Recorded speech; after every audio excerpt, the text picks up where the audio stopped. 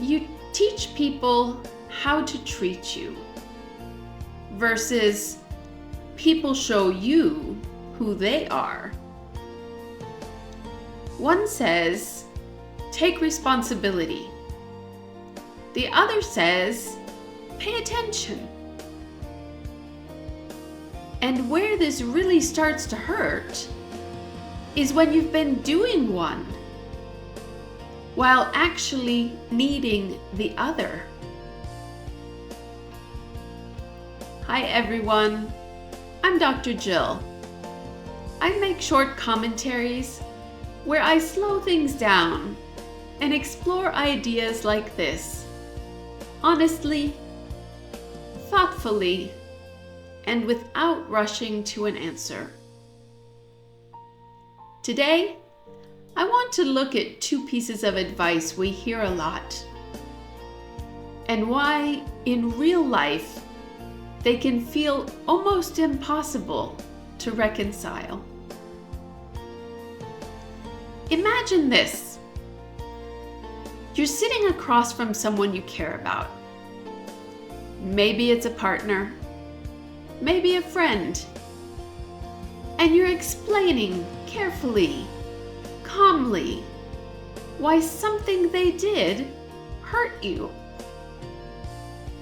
They nod. They say they understand.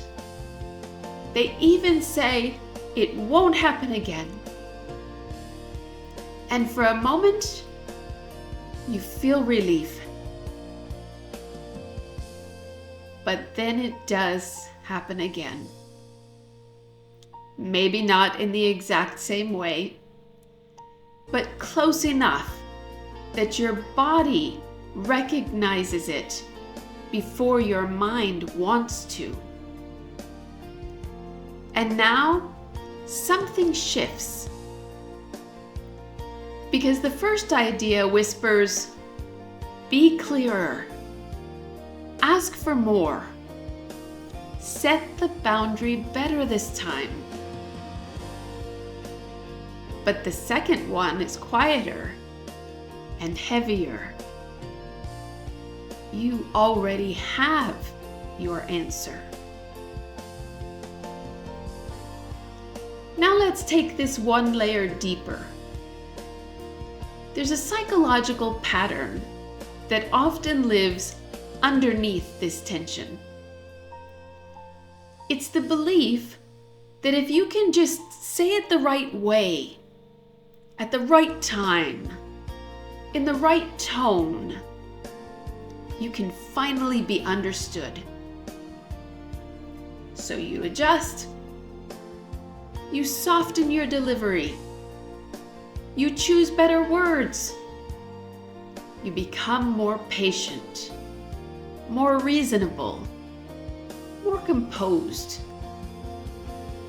And on the surface, it looks like growth. But underneath it, there can be something else quietly happening. You're trying to earn a different version of someone than the one they've already been showing you. That's why this gets so confusing.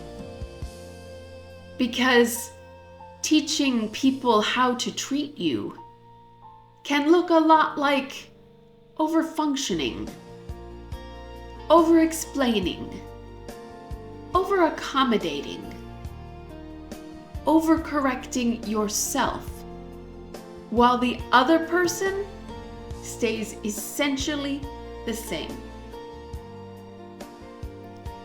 So let me give you another quick snapshot.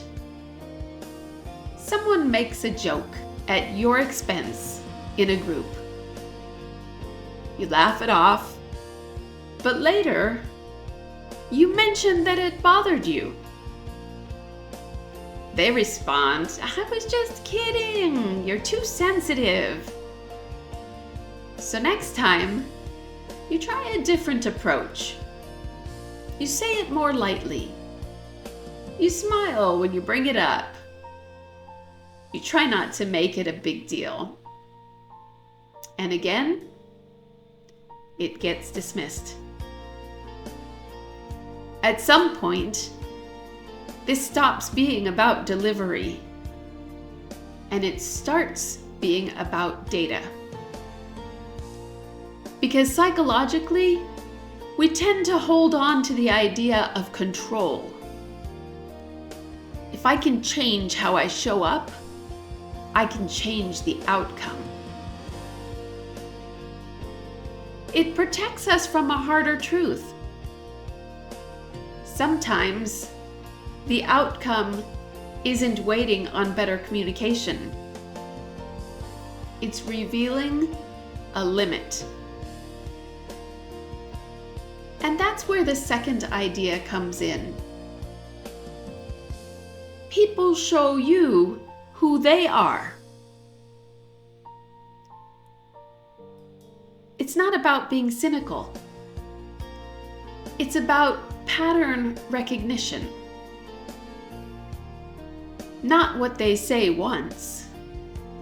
Not what they promise in a calm moment.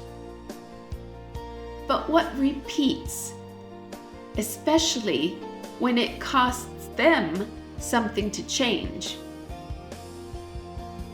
So the real tension isn't just between these two ideas.